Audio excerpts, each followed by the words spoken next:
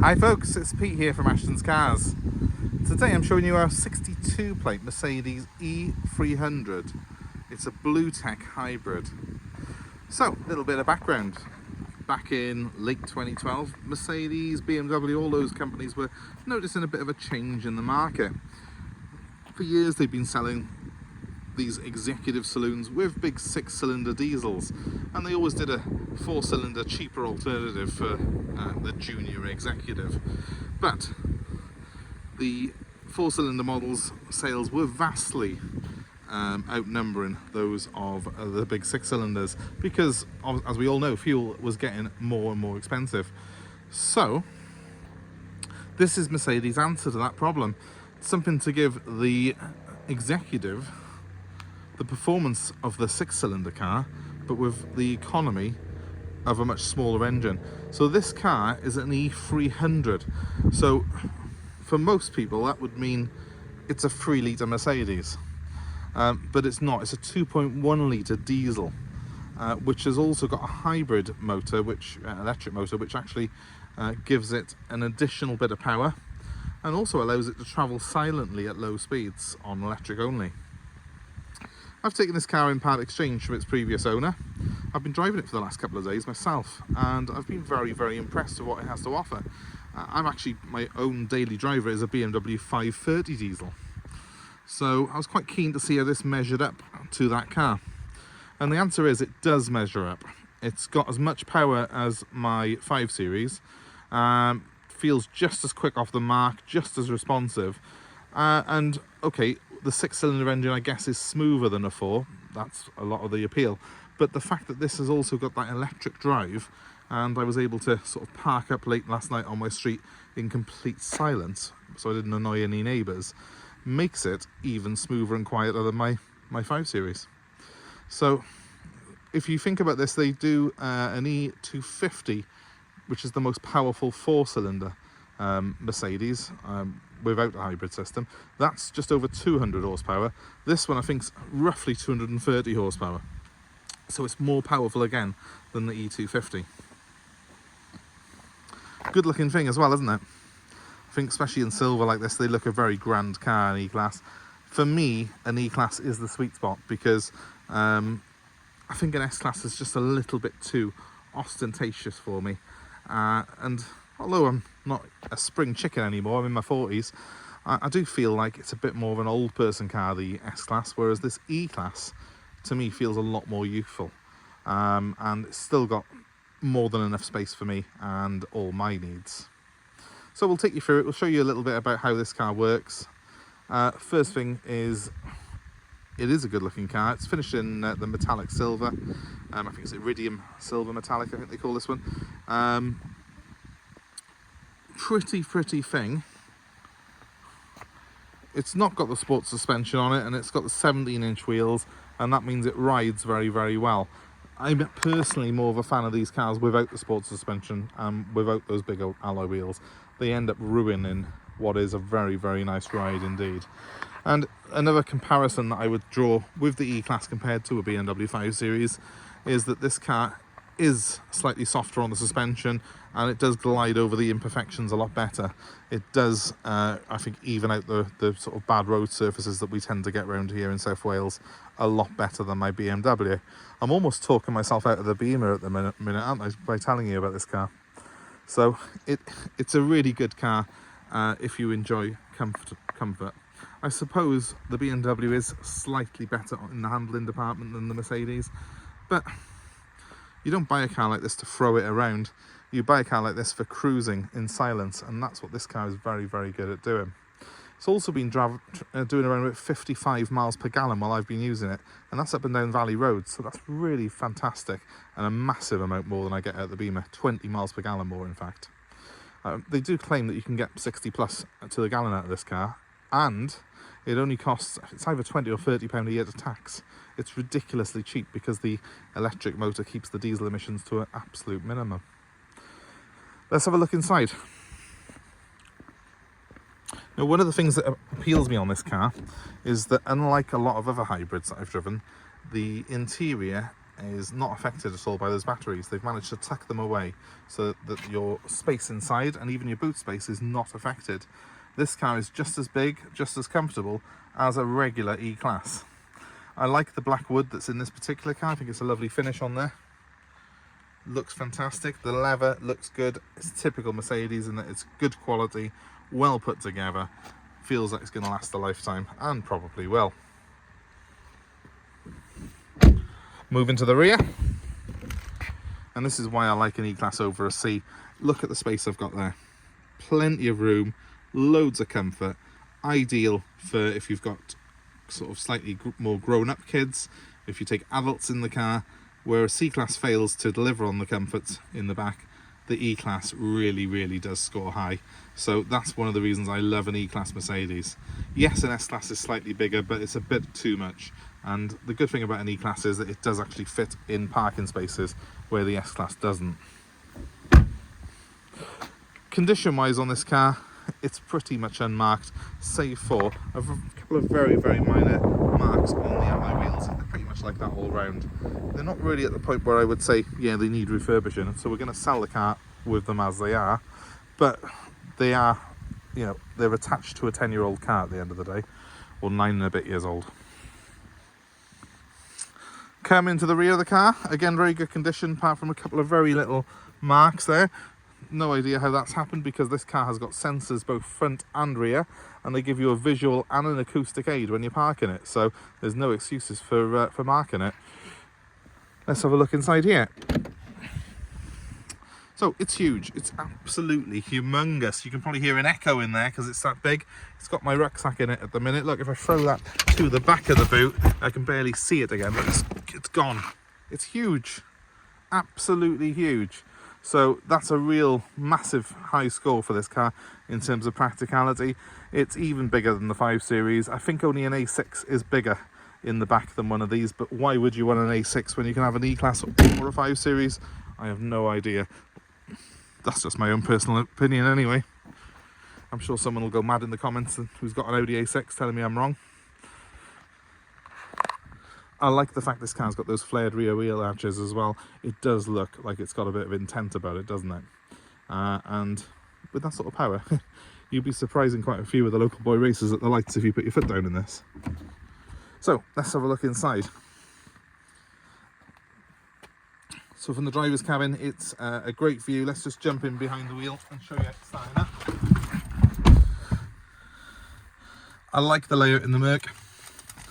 I think it's very clear, all the controls are, they're easy to use. They are actually much easier to use than my 5 Series again. I keep drawing that comparison, and this car keeps coming out on top.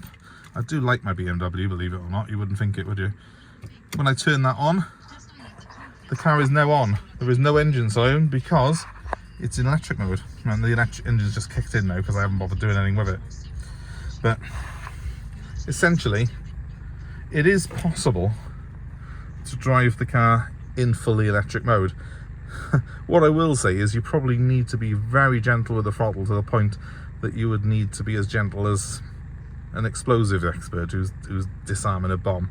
It's that sensitive. If you put your foot down, it's going to kick in with the diesel engine. But it is able to glide onto my street, up a drive, that sort of thing, in full electric mode. But the real beauty of this car is actually the fact it gives it that bit extra power and that bit extra fuel economy over a standard E-Class. So you can see I've got an energy flow meter in front of me there, but I can put a speedometer, stuff like that, up on there. It's a multi-function display. I've also got the traditional Mercedes setup here with a dial, a bit like a BMW iDrive there, which can control me through my telephone, my audio, and various system settings that I've got on the car. I haven't actually got navigation on this particular one. There isn't a module attached, but you can buy, for not a lot of money, a Mercedes navigation module. It plugs into the glove box and it's very easy to do. Although in the day where we've got phones, I really don't see much advantage in it. What I do see an advantage in though is this: I've got Bluetooth audio on the car, and that means I can play music directly off my mobile phone if I bother connecting it.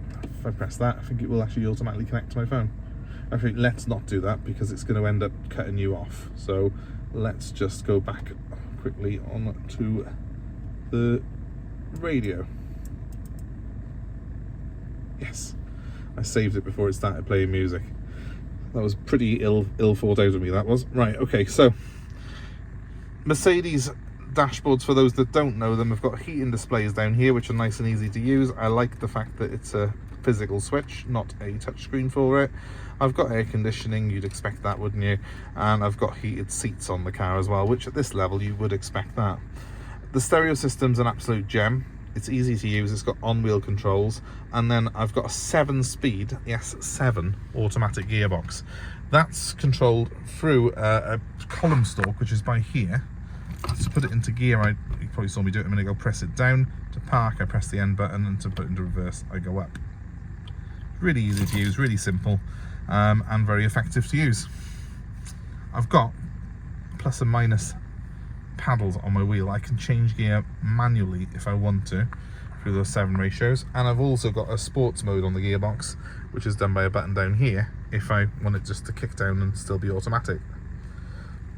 Sensors are front and rear on this car. They're controlled. There's a little bar on the dashboard there. That's for the front ones. That will light up as I get closer to objects, and there's one in my rear view mirror that does the same. I've also got an audible beep as I get even closer, just to warn me before I hit any. I've got cruise control, which is in the traditional Merc place by here. It's a column stalk that you just pull up and the car is engaged in cruise when it's moving. It's also got a limiter function if I press in. That's where that light comes on. It's very easy to use. It's the best cruise control of any car of any type I have ever seen on a Mercedes. Mercedes are absolute experts in this field, and it's a very easy car to drive. It's actually got very, very light controls. After about 2 minutes, the column shift becomes absolutely second nature to you, and it's just a very easy car to guide. You've got a nice big silver 3-pointed star at the end of your bonnet to tell you where the end of the car is. You've got sensors all around it.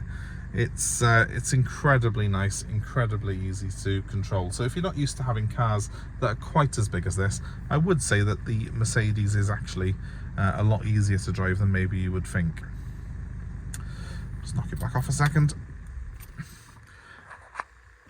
It's well insulated in here. I do feel like I'm well isolated from the stresses and the worries of the everyday world, and it is very, very comfortable. The seats I'm sat in at the moment are full leather, as you can see.